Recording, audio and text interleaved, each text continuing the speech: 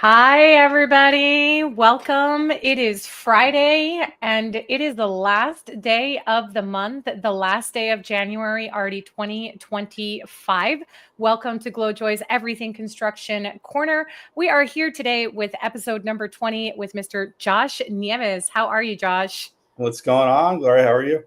I'm doing fantastically wonderful. That was my dad's answer. And as an adult, I totally stole it. So yeah, it's Good energy. Friday. Good energy right out It's of been the a gate. good day. So I we love are fantastically wonderful. So why don't you tell the folks who are new here who you are and where you're joining us from? So my name is Josh Nieves. I am the Workforce Development Manager for Miller Electric in affiliation with the IBEW, and I'm also the CEO and founder of Ascender Consulting and slightly obsessed with LinkedIn. And I am coming to you from Tampa, Florida. OG New Yorker, though. Gotta throw that out there. Yeah, once a New Yorker, always a New Yorker. Always, always. Yeah, Always, always. sure. Yeah. So, and for the folks who who are not New Yorkers and not part of the union, why don't you let folks know what IBEW stands for? Okay, great. So the International Brotherhood of Electrical Workers. It Okay. is, one of the largest electrical unions in the nation.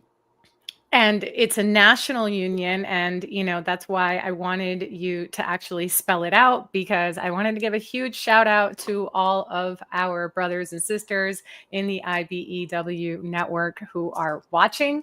And Right. I am so excited to have the unions represented here on the Everything Construction podcast. So thank you so much for being here. I see a couple of folks in the house. It's saying Tampa in the house. Hello, hello to everybody who is here. And those who are watching the replay, again, thank you for being here. Before we get started, I'm going to remind you to, of course, if you're new here, make sure you like, subscribe, and tap the notification bell on YouTube if you're watching us from YouTube to make sure that you never miss another episode. Again, we're here every single Friday at 3 p.m. Eastern Standard Time. That's 2 p.m. Central, and it's lunchtime on the West Coast. So we tried to cover all bases to make sure that our construction buddies could tap in. All right. So we are going to get started with the question that I ask absolutely every single guest. It's our initial question. If you've watched episodes before, the question is why construction?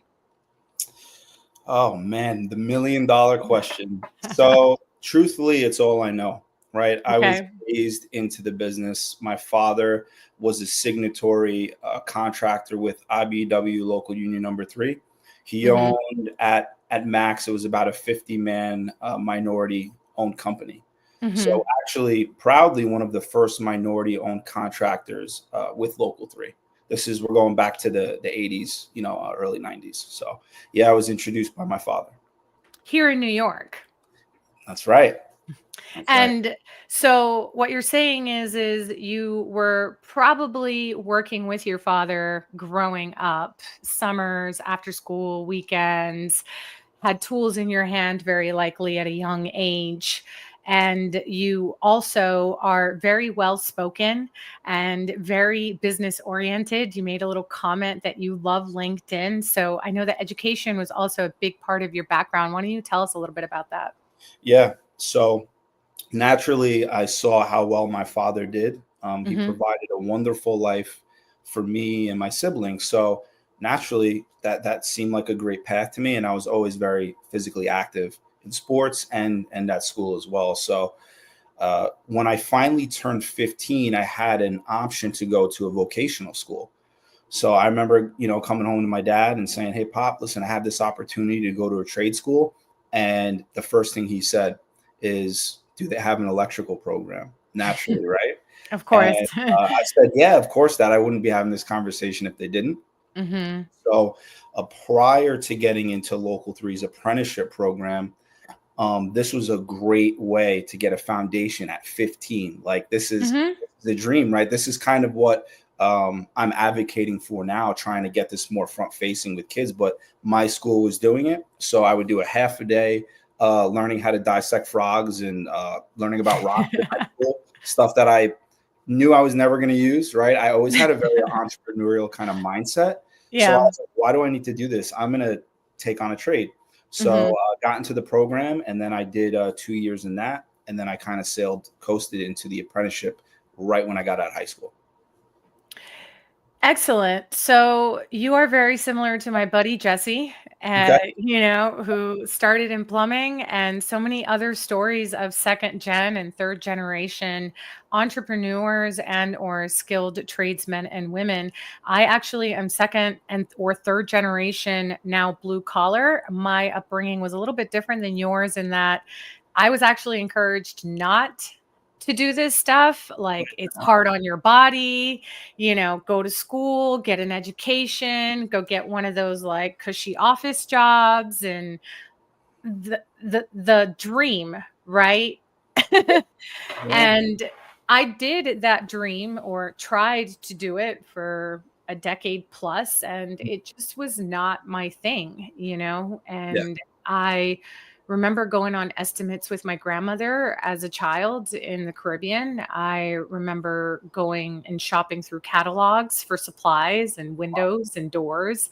I remember also going on installs with my grandfather or my dad or whomever. So our family comes from the supply side of the construction and oil and gas. Wow. So, you have to think, construction has many, many different roles. And Yeah. so I always said, if I had to do it all over again, I would totally have picked electrical, because I'm so into tech, That's uh, right. that it just kind of all evolved together. And so I feel like they did push us all to do tech. And now you have all these tech layoffs happening because we have AI and all this technology that now automates coding and Crazy, right? jobs overseas, etc. Yeah. So why don't we talk a little bit about that also? Because there are people here on LinkedIn, YouTube, Spotify, wherever you're listening to us from, that maybe have been laid off. Yeah. Maybe they lost a job during the pandemic, never were able to get back into where they were needing to be, or people who went to a 4-year college and graduated with what I call a useless degree.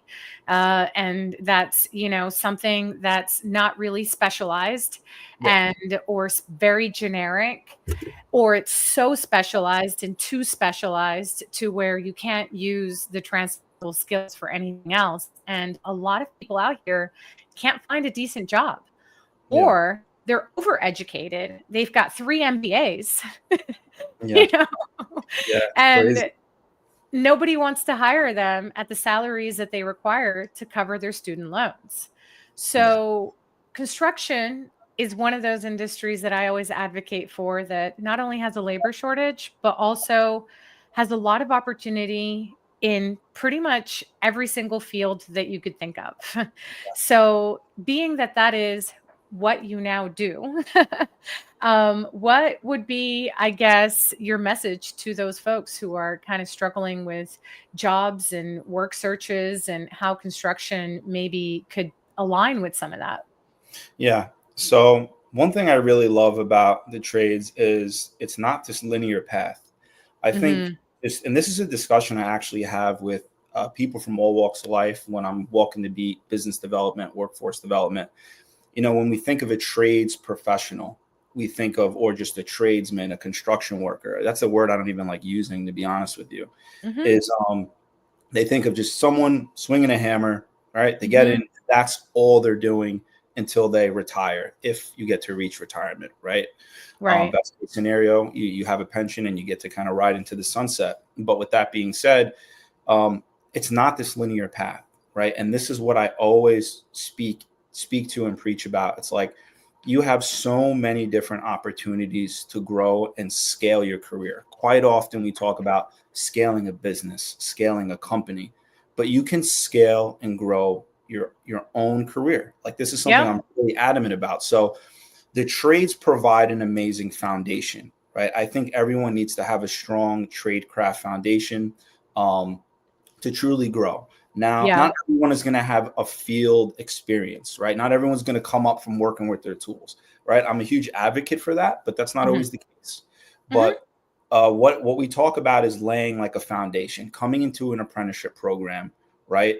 And then from there, if you decide that you want to go a different path, you can do that, right? You can become an estimator, an engineer, a project manager, a superintendent, a general foreman, a business owner, right? These are a few of the things I mentioned. I was able to touch and kind of get a taste for it to see if it was going to serve me, right? I mean, we have a perfect, this is a perfect idea, right?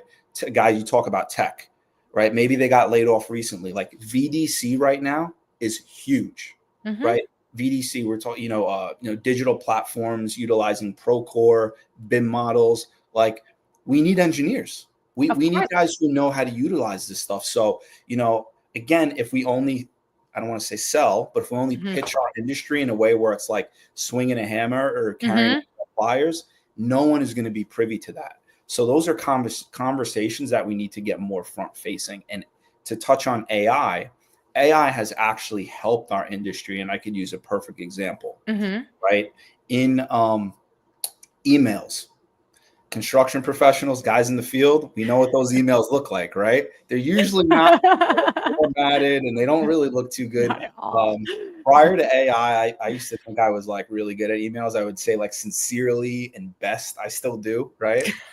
Commas and punctuations all big and all these different things. But now when we have things that we really need to kind of express ourselves a little bit clearer and sound more professional, right? In spaces, we're able to utilize AI, and I know our field is doing this. 1,000%. My daily logs have, right? I mean, they're broken down. They've got bullet points. They've got action items. Yes. I'm just like, wow. Yeah. And the biggest benefit for me personally is the time. It's saving the time, right? I'm not thinking about, if I know I need to send an email out that has a lot of moving parts to it, and I want to streamline it, and I'm thinking about all these different things, I'll utilize AI. And I know several other people back home in New York who are now kind of in that leadership space. They're doing it too. So there's a lot of different opportunities. So you touched on a couple of things there, of course. And the biggest is that there are so many different roles that you could do in construction, with the exception, outside of, picking up a hammer or a pair of pliers. And if you're an electrician, the pliers are the same thing as a hammer. You just kind of flip them. Electrician joke. Sorry, had to. But there's accountants, obviously, that do cost analysis and budgets, estimating. There's a whole pre-construction portion of construction, which is where the design and the architects and the engineers and the suppliers and everybody kind of gets together to figure out how the project is going to go. And usually communication during pre-construction, sadly, does not go with the field, and then they have this perfect plan and schedule and budget, and then we get to the field and we're like, there's 3 columns here that weren't accounted for, there's a sewer line here that wasn't accounted for, there's electrical over there, like whatever, right? All the things. And then and then we have to deal with the field conditions, right? So here at Glowjoy, we like to do everything in-house so that we can bring the field in during the design phase and during that pre-construction phase. But that is what I do. And very similar to you, I grew up in and around the trades, and I grew up probably not as much as you with tools in my hand because I'm a female and my family was very traditional, Caribbean, Latino. And so, I have other sets of skills that I'm actually very grateful to have now, because most people don't know how to cook, sew, or do all sorts of stuff. I can, other skilled trade. And so I did also start in the field, though, when I first started in construction and transitioned from banking to construction. I think it's really important for people to start in the field so that they can understand all the things that they're analyzing in a project management software. Like, we use Buildertrend. You mentioned Procore, and there's like a bunch of others, right? Sure. So, and BIM is one of those things that is very new, not so new, obviously, to multifamily and folks building out large skyscrapers like the ones here in New York and Yeah. Tampa, South Florida. But BIM is also very new to folks building mansions all over the US. And we, Yeah. of course, in these larger cities are a little bit more advanced given the large companies that we work with. But let's talk a little bit about BIM and the opportunities with BIM and what exactly BIM is, because I think most people don't even know what we're talking about. Yeah. Yeah. So while this was like a new thing that we had when I was at the time I was a sub foreman. I was at LaGuardia Airport. This is before it became this beautiful place it is now. It's Hmm. just flat earth, right? And we were given these iPads, the infamous iPads. Hmm. This is like in its infancy. And we started utilizing the 3D models in BIM, right? Hmm. And this was something that a lot of I would say the older generation, old school guys, right? They were like, get this thing out of here. I don't need it. I'm going to build the job off my paper. I'm going to build the job off my drawing. Hmm. And some of the younger guys, such as myself at the time, I was like 23, at 24. We love all that, right? Tech age. We love all this stuff. Like we're technically on our phones all the time anyway, even now for business. Yeah, So sadly. yeah, we were able to utilize Procore and it would kind of work in conjunction with BIM. Hmm. So that 3D modeling would potentially save us from critical error down the line, right? Like Being those able errors I was talking about earlier. exactly Right. Yeah. being able to see the project built around you in this Hmm. on this digital platform is one of the coolest things. And it's been a few years since I've put my hands on it, probably about Right. 3. So I can only imagine since I was in the field about 3-4 years ago to what it looks like now. But that building model, being able to see if your conduits were going to crash, being able Mhm. to see what other trades were going to be above you or below you. Mhm. This allowed you to also get ahead of yourself or maybe pull back in an area where you thought you may have had access or you could do your work. So there were Right. so many cool things, clicking on things and knowing the size of the pipe, the size of the feeders, the type of equipment that was being installed. Right. Amazing before you even had it in your hand. Super cool. Yes, exactly. And I've done training. I did BIM training as part of one of my project management certifications that I did for construction management Nice. over at SUNY. So shout out to SUNY up here in Westchester. Right. And, because I think it's cool that they're teaching BIM at SUNY. So good. So good. Yeah. And so, I was able to play with it and put my hands on it a little bit, but of course the projects and the scale of projects that I'm working on currently, Hmm. uh, I have not been able to convince the folks that I am working for or working with what these BIM modeling and how it can help us is, and how it's going to benefit the project, especially for things that are coming up ground up. So, I'm hoping and praying that they watch these episodes and listen to other people besides myself talk about how cool BIM and all this technology is, and maybe they'll use it. Maybe they'll use it. Yeah, well, Uh, like that's just Gloria, that's just like risk management software, of right? course. No one like doing daily logs and doing time. These are things that we were sending emails. We were putting them on paper and faxing them and doing all and scanning them and The doing all these notebooks things. on site. Everything is right there. I'm going Yeah. to give a shout out to this company called Riskcast, amazing platform that the company I was with in New York, EJ Electric, kind of tapped into early on, right? So I Hmm. had, I had a great conversation with the CEO and his team about how amazing what he built out was for us. I mean, Right. being able to track the job, track the hour, seeing it in real time, um, all right there, all right on iPad. Me putting time in through this platform, and my PM and my project executive seeing everything that's happening on the job uh, live, right? Of course. Yeah. What I did for the day, maybe any instances or occurrences that may have happened with the customer, could be maybe just miscommunication on something, a lost time. All these different things are quantified in this program, and Right. at the end of the job, right, we could have a conversation. This happens all the time. Oh, this happened or didn't happen. Well, now you have everything documented, Of which is course. which is amazing, right? So Right. So whether you're using BIM technology or a software like a mobile app or something in the middle like a Procore and a Builder Trend Yeah. or whatever, we're asking you to get off the spreadsheets and the handwritten notes Let's go. because Go. manual data entry is so last century and It we're is. like a quarter into this century already.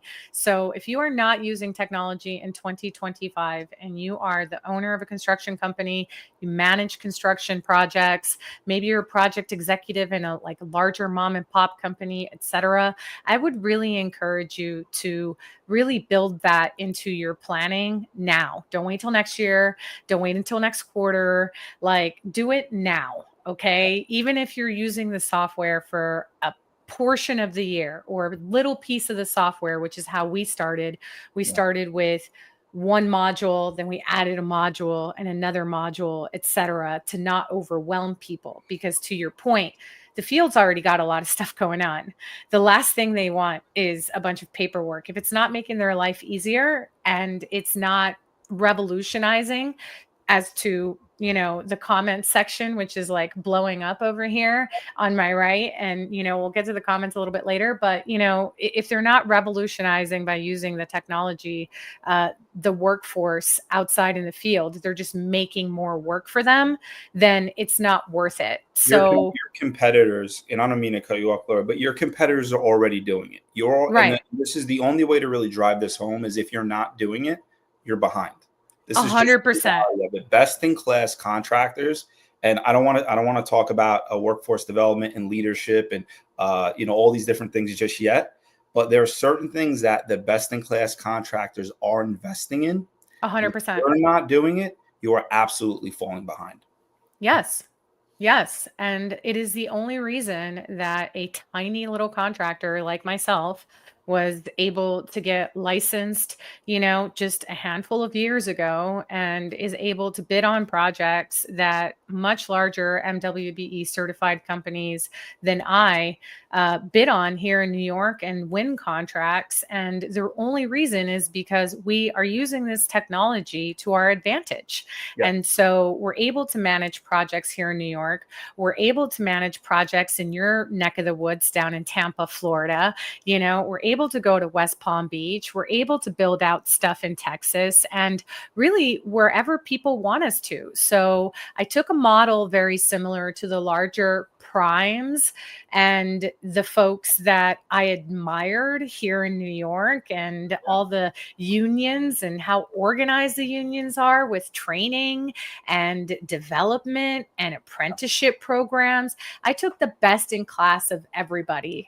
And Smart. then I took all the things from my former employers that I hated. And I put them all on a list and a board. Smart. And Very I smart. was I love it. like, how are we going to be different? Why are people going to want to work with me versus the guy who's been doing this for 2 or 3 generations and or the person who's been in the field for 25 years swinging a hammer and some pliers. You knocked it out of the park. You knocked it out of the park. I think in some things, yes. In others, no. I think business ownership is and jumping from one industry to another, like I did in your middle age, and so in my 30s, switching from banking and real estate to construction is very difficult. So I definitely had lots of challenges, and I Yeah. definitely made a lot of mistakes. I think my biggest mistakes were hiring. And if I could do things all over again, I probably would have hired a consultant or somebody that could have held my hand through part of that process. Yeah. So I'm definitely not perfect. I had all these great ideas in my head, and you and I are both people of faith and we can talk Right. about it. So, God just said, nah, that's not it. Like, we're going to do this instead. Okay. Yeah. And you're Well, going to be you're okay with definitely it. doing a great job, Gloria. Everything you're doing, give yourself that nod. It's amazing work, and to come from a space that has really nothing to do with our industry, Mhm. and just to step into it being super vulnerable and open to its systems and processes, and doing what you're doing right now is amazing. So kudos to you. Ton of respect. Thank you. I really appreciate it. And part of the reason that I have these conversations is because it's a masterclass for me too. Every time I interview somebody in the construction industry, I get to ask them anything I want to. And then I also get to learn in the Sponge, process. be a sponge. I get to be Absolutely. a complete sponge about it, I love it. I love it. Yeah. Yeah. So let's talk about something that we haven't touched on. We know that you're originally from New York. Now you're in Tampa, Florida. Yeah. And a lot of New Yorkers have migrated down to Florida, as they say. What made you move? Man, that's another great question. So why would somebody leave the mecca of Yeah. this? Why would you leave here? Yeah. So I love Florida. Yeah. I love the warm weather. I got some Puerto Rican blood running through my Hmm. veins, right? But I had felt that I had done a lot of significant work in New York. This is just for my persons, right? Felt I had scaled and I had done everything I needed to do to serve the field. And from Hmm. there, I decided to take a small hiatus, about 6 months away from the industry, collect my thoughts on what I wanted to do. Right. Decided to buy a farm. You kind of know that story, right? Which is Hmm. wild, right? You want to take a break. Let's go buy a farm. So Yeah. I did that, and I got it to a point where it started to sustain itself. It is a sustainable farm, and it's Hmm. thriving now. So I'm like, okay, did this. Uh, I think right now I just want to go down to Florida and take some time off, right? Okay. And I ended up really loving Tampa. This was like a short trip I took, and within 3 weeks, we had packed up. I got a tenant in my farmhouse, and me and my wife just decided to move spontaneously. Um, Out of the in blue. And she was cool with it. She was Yeah, just like, let's do it. Hannah is an entrepreneur through and through. Also, Okay. this is kind of important to mention. We had a little girl, Esme Hmm. Grace Nieves. Shout out to my baby. Congratulations. Thank you. I just felt at this point I wanted to really be a present father, and how could I do that while still serving the industry? Right. When I was making trips down here regularly, that's when I started to have the deeper conversations with myself, and that was when Hmm. I built out Ascender Consulting. So I was Hmm. building that platform, growing clientele, and scaling this kind of virtual kind of one-to-one business that I was doing with people. And from there, I'm like, okay, I'm spending a lot of time down here. I think I'm here to stay. And then from Right. from there, I connected with Miller Electric. Okay. So you're a very busy man. You have a lot of things going on. Yeah, And so you're a new father. And congratulations once again to thank both you and Hannah. thank you so much. And also, you have your own business, your own consulting business. Yeah, You have a full-time job with Miller Electric, which is obviously also being still part of the unions. so good. So you also have all these union responsibilities. How do you do it? How do you stay sane? You're always smiling. You're always positive. How do you do it?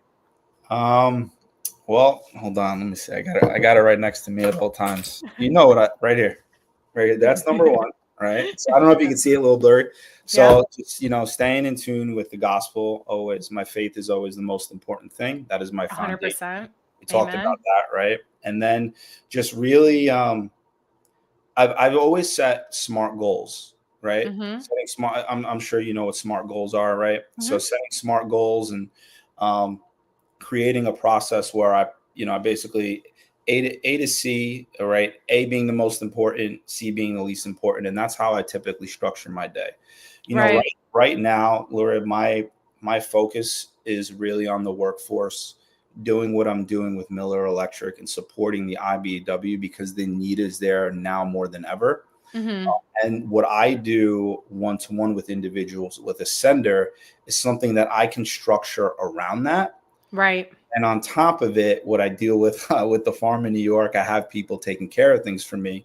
So Right. it is a bit of a juggling act, but it is also, if I'm going to take that on, it is my responsibility to know how to kind of balance those things out. So Right. we get it done. We make it happen. So And on the days that you don't make it happen, tomorrow's a new day and everything happens for a reason. Yeah. I used to think that I couldn't go to bed until every thing on my one list was checked off, not realizing that the list that I had started with in the morning also had an additional 10 or 15 things added to it.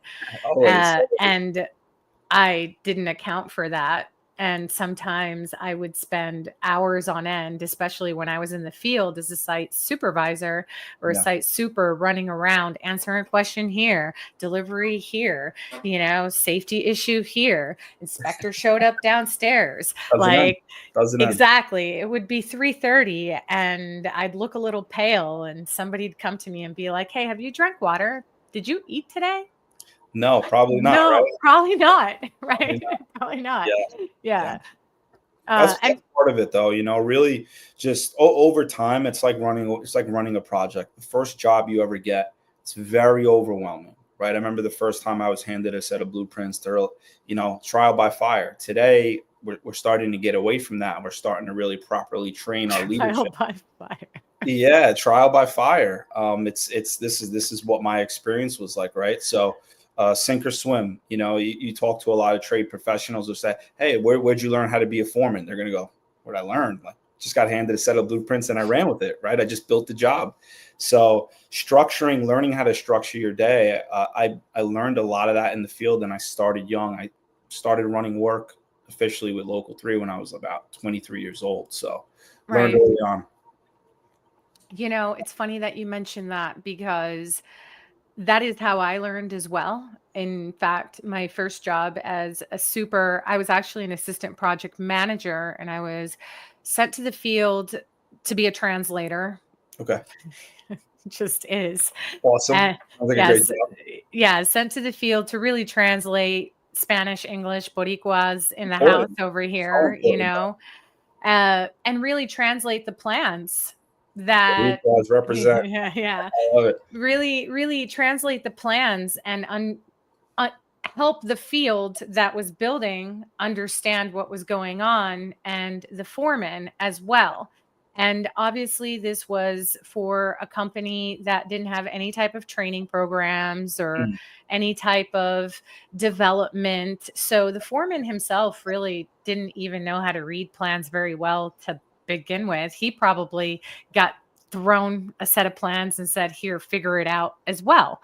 sure. And so, luckily, I had a great mentor and project manager that taught me how to read plans. I had a background in real estate already, so I understood the plans enough from having that background. I Mm, also am the type of person where if I don't get something, I'm just going to walk up to the electrician and be like, "Hey, mister, what does this mean right here? Like yeah. this Yeah. little No, it's section it's all right good. here, It's all and good. what's this symbol about, or this abbreviation? Yeah. And why doesn't this look like this? Because we're here and I'm watching you work and they don't look the same, Right. And so I started to do a lot of that and just naturally people started to teach me Yeah.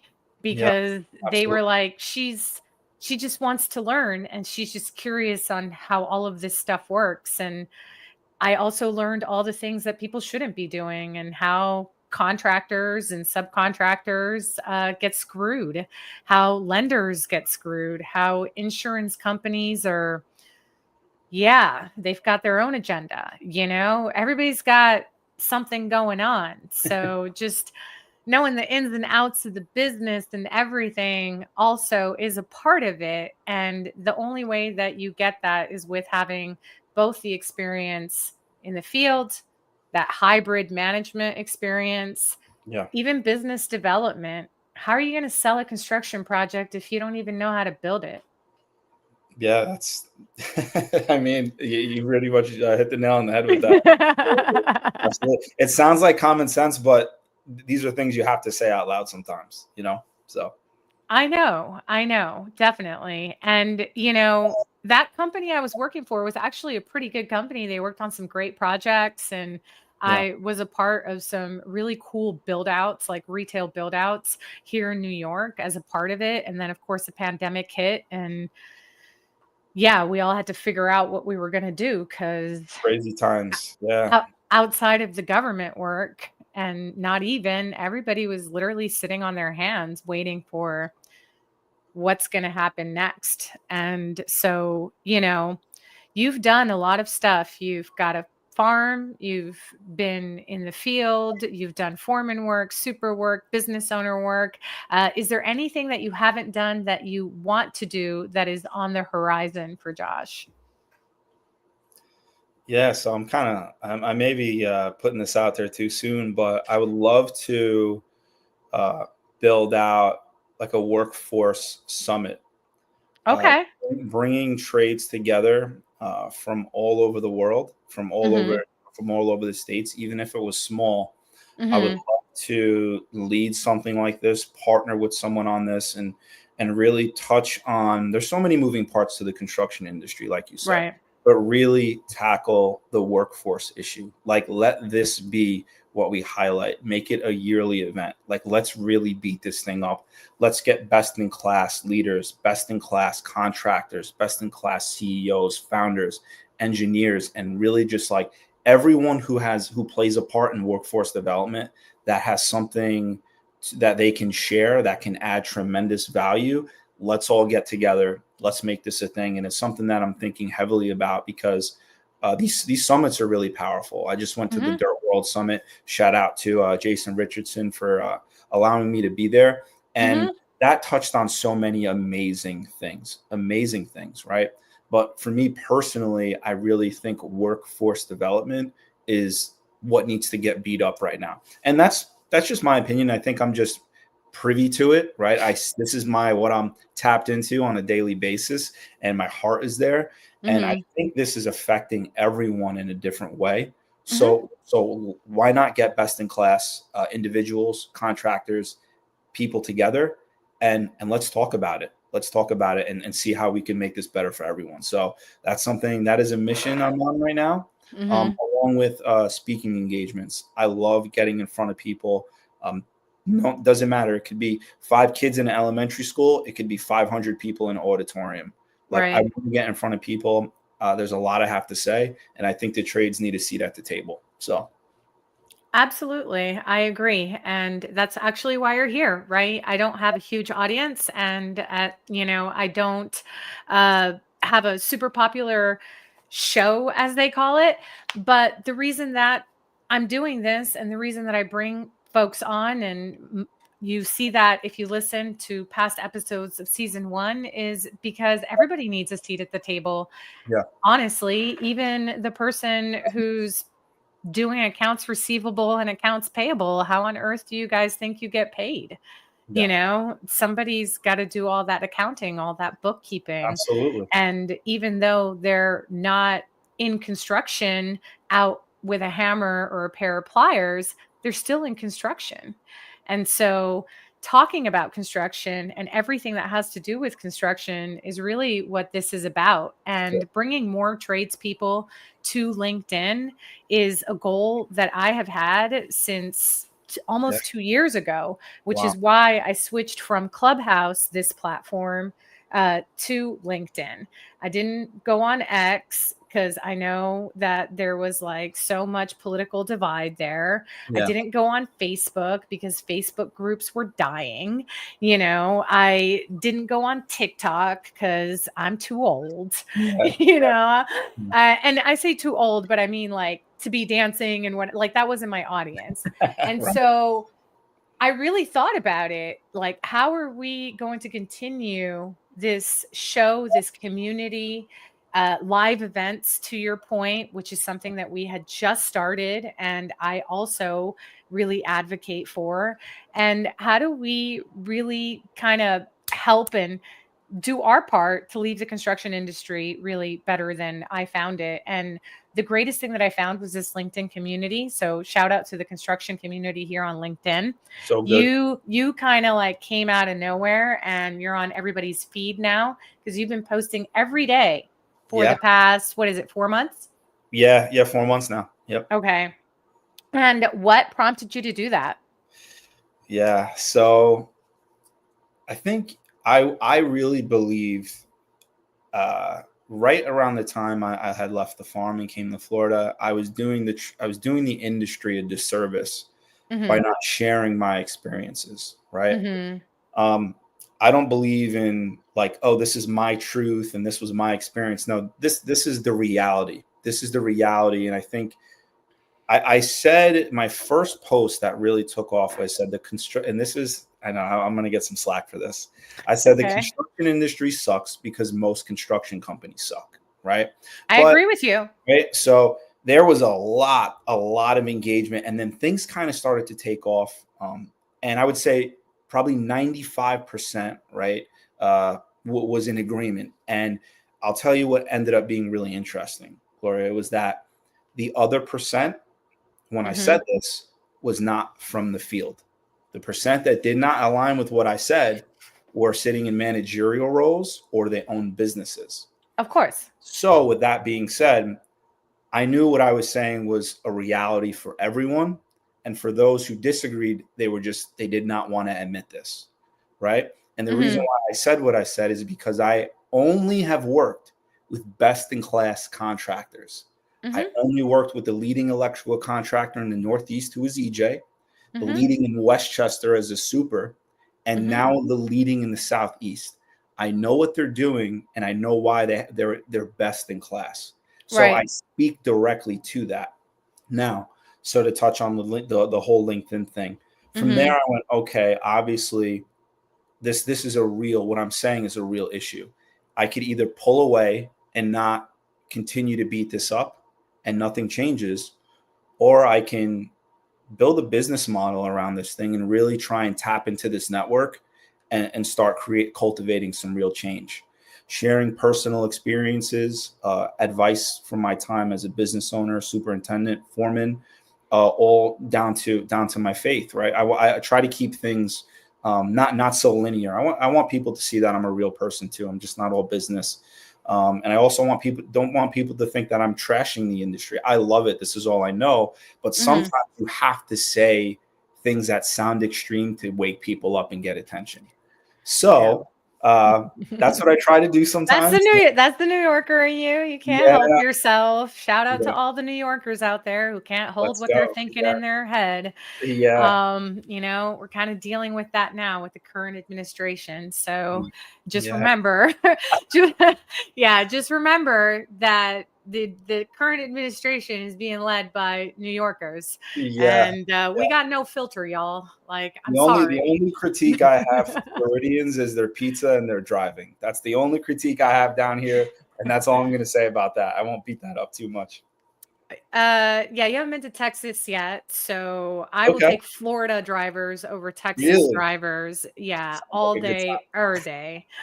And I lived in Texas for a very long time. Okay, I do see we have some folks here from the Texas state of Texas, so Texas represent. But yeah, I will after driving in New York, driving in New Jersey. well they only know Yeah, how to make right hand turns down there. So I know. Texas and Florida. I think I'm going to give Florida a little bit of grace. Although okay, all right, all right, I do agree with you a little bit. My hair always looks great in Florida because it's like okay. extra big, right? So I think that's one of the things I love about Florida. And then of course the vitamin D. It's a gloomy So day here in New York. It's wintertime. And even if I go outside, like I'm not getting any sun. It's just right, overcast and nasty, and the trees have no leaves, and it's depressing. I like literally looking out my window, like, ugh. yeah, yeah, yeah. Yeah. So workforce development is the last thing, I guess. Let's just touch on it a little bit. It's a fancy term, right? What It does it is. mean? We've been throwing it around for 45 minutes. Yeah, yeah. So I didn't think I even knew what it meant, but it was something that I was a part of it. I was a part of Hmm. the process, right? Right? So if we dial it back to best in class contractors, right? Hmm. Uh, what did my journey look like, and how I was able to grow so rapidly? What were they? Was it just me? Was I an anomaly? Why is it that me and so many of my colleagues who also came in very young were stepping into these leadership roles at such a young age and then going on to greater career paths? It was because of the workforce development that was poured into us. At the Right. time, no one called it this. It Right. wasn't called workforce development, but they made the investments that I talk about so often, right? Mm-hmm. In the training and pouring into the younger generation, it happened for me. And it was like subconscious. I had great mentorship. The apprenticeship was amazing in learning my trade craft, right? Learning code, Mm-hmm. learning theory, how to be proficient with my hands. But the real training, Gloria, happened when I was on the job. Of If it course. was not for the best in class contractors who ensured that their leaders pour into the next generation, I don't think I would be in the position I'm in today, right? So, when I talk about that, I was trained from a very young age how to carry myself on a job site, right? When you know what a job site's like, some guys are running around like it's like a big playground. And then you always see one or two people who are just polished. You're like, that guy's different. What's his deal? Right? I Mm-hmm. had great mentorship between my father. I can't forget that. He's day one. My father, and then him being a contractor, and then the individuals who I surrounded myself with. Of Much like course. you kind of picked and plucked from different businesses, right? Strategies, tech, all these different things. It was no different when I was coming up. I saw how guys moved, and um, I said, how do I become the guy who's running 50, 60 men? So Right. I'm going to watch how this guy moves and operates. And in that, I had those deeper conversations with leadership. Part of the business model of our companies was to pour into the next generation. So that leadership, this guy who's running 50, 60, 100 men, the last job I left while I was in the field was 270 Park, right? We had Mm-hmm. over 150 electricians working for us, and I was an area foreman, right? Yep. And whenever I had any concerns or questions, I would always go to my GF or my superintendent, and they guided me, they mentored me, right? I had said before that they handed me a prints and you had to figure it out. Well, that's partly true, right? Mm-hmm. But when I did have the questions or the concerns or maybe the fear or the mistakes, I made Mm-hmm. them. I'm not going to sit here and say I didn't, and they were cost. Everybody does. That's why construction is not Exactly. perfect. But that development that they had invested in me was super unique. If I wanted to get any kind of specialized training, I want to learn how to do fiber, right? Fiber splicing. They'd say, Mm-hmm. "You want to learn, Josh? We're going to send you there." Right. Climbing the Brooklyn Bridge. Not everybody could just climb the Brooklyn Bridge. You have to have certain certifications to do that, right? Mm-hmm. Josh, you want to do that? You're going to run that project. We're going to send you there. And then what they started to do is put me in positions where I needed to carry a little bit more responsibility. Mm-hmm. And if they would say, Josh, if you feel that this isn't serving you or you feel like this is too much for you, you Mm-hmm. need to tell us right away. Okay. That's development. You're creating a different kind of person by doing that, right? When you don't make those investments and you don't take the time to train, mentor, guide, advise, and pour into your people, you're setting yourself up for failure. One thing, Gloria, that I definitely want to kind of just finish that with is that we hear this all the time. There's no qualified people. There's nothing that upsets me more than that statement, right? Right. How do they become qualified? We got to train them. Okay, right. So, and they are working, and this is the reality. Best in class contractors aren't losing people. They're not leaving. People aren't leaving there, right? We're No, talking absolutely not. You're right. medium tenure at EJ was 15 years. I was there for 17. Medium tenure at Miller, 15, 16 years. People aren't leaving them. Why do you think that is? So if that's the case, you as a leader have brought this person on. It's Mm-hmm. it's your responsibility to figure out their pain points and Mm-hmm. train them and make sure they are proficient at their job. Right. Plain and simple. If they're not proficient, you have to ask yourself two questions. Why did I hire them in the first place? Right. Right? Or what am I willing to do to get them there? Because there are people who do have promise and a lot of potential, and I think they deserve opportunities too. But if they're not privy and they're not really excelling in the role, well, let's figure out why and let's get them there. Mm-hmm.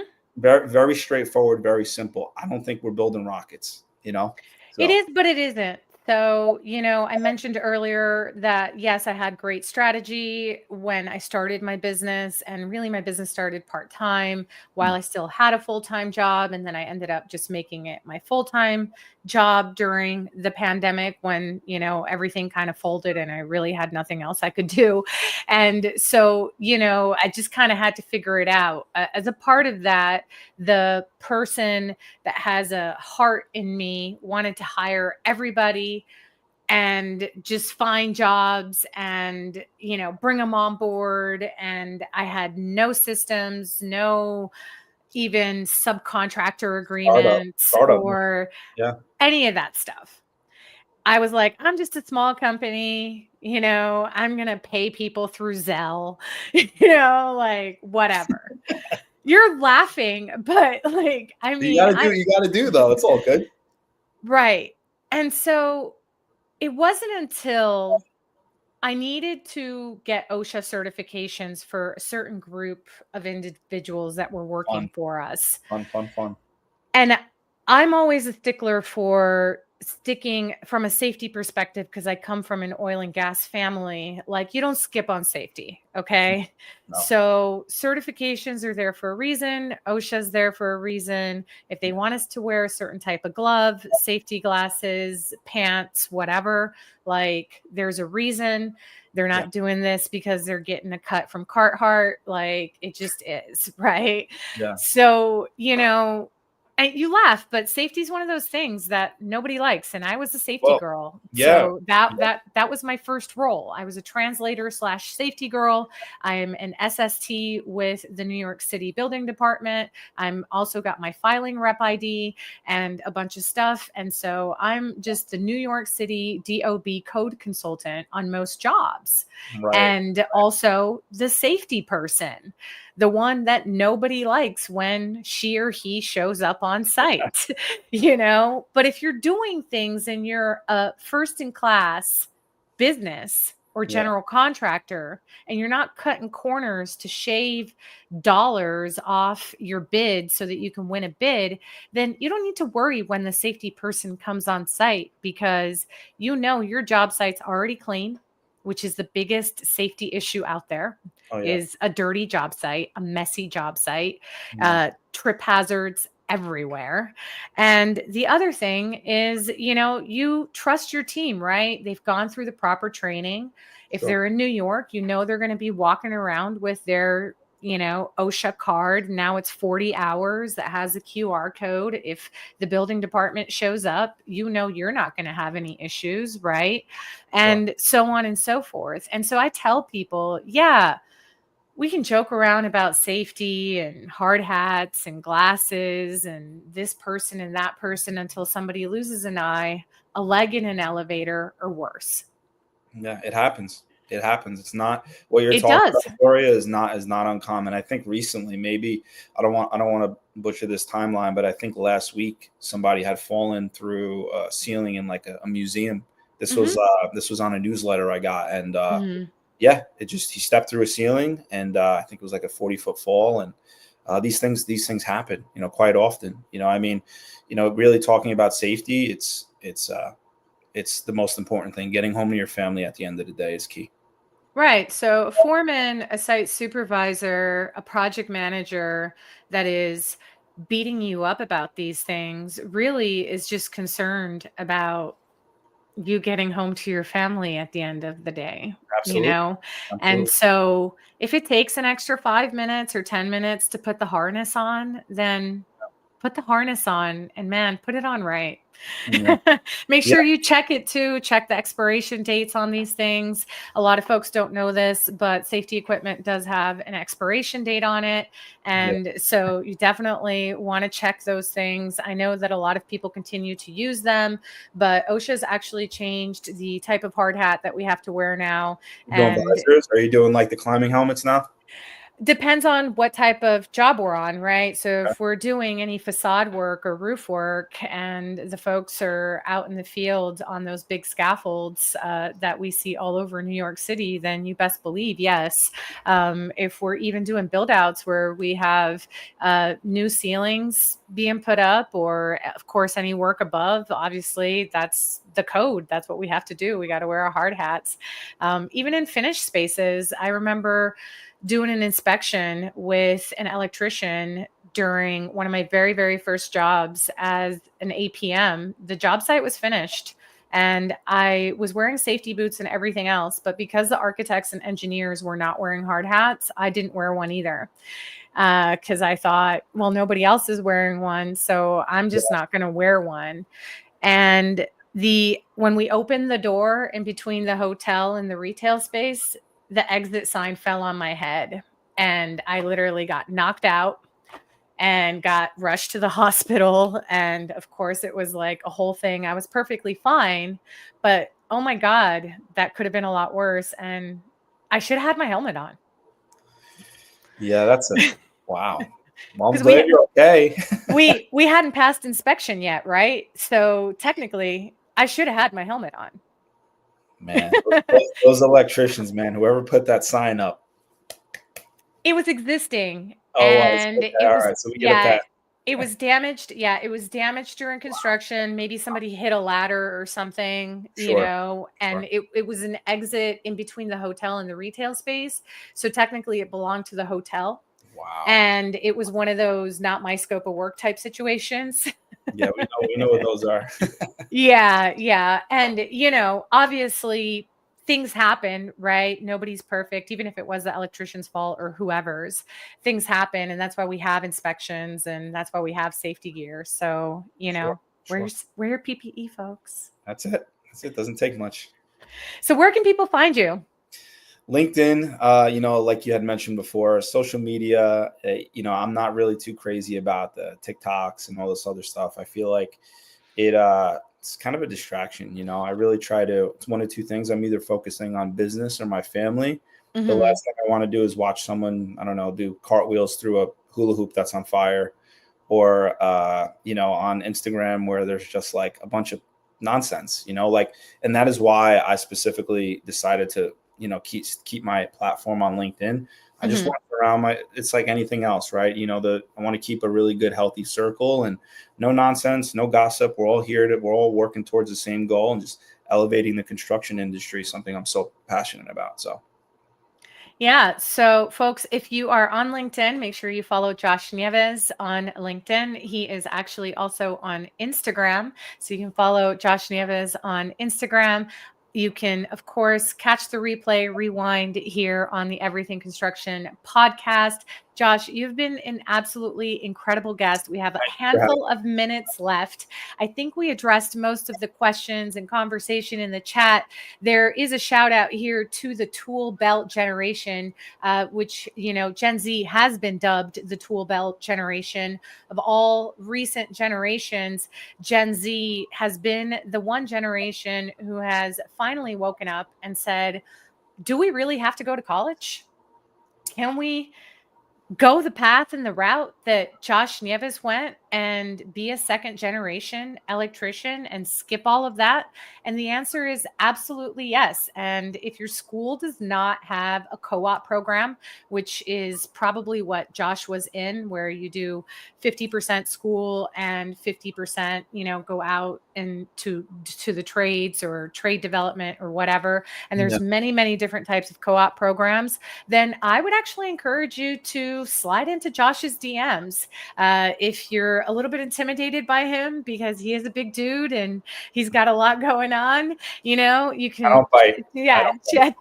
type it in the comments here. I know we're both going to go back, answer questions in the comments and connect with any folks that had any questions. But I know that Josh, at least for me, has been an open book and somebody who has really inspired me and even gone back and forth with me over a couple of things as I'm trying to figure out my own workforce development plan. I think I'm doing a pretty good job now, learned a lot from my mistakes and my mentors, and decided after bringing the right people into our organization that I wanted to be one of those companies that Josh is talking about. So Yeah. if you're a project coordinator, project manager with Glowjoy, if you're newly out of college or if you are newly out of high school or want to do a co-op program, we had a co-op student who did project management and estimating for us remotely last year.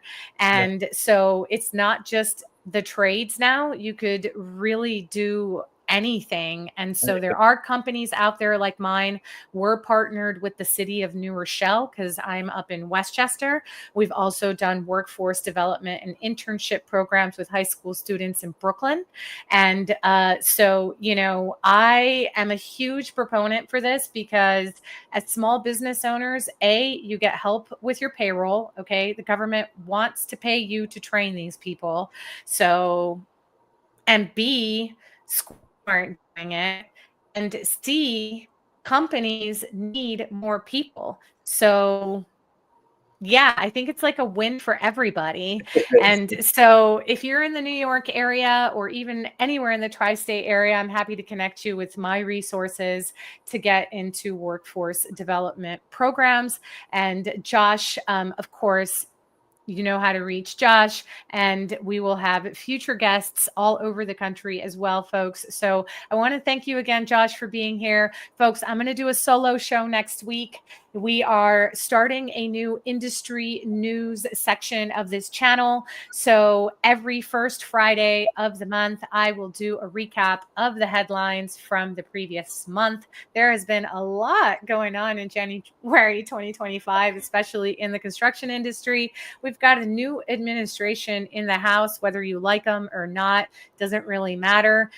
They're there. They're going to be there for the next 4 years. So we got to, deal with it. So how is it going to affect you, your business, your career, where you live, your taxes, and all of it? We're going to talk about that and more next Friday.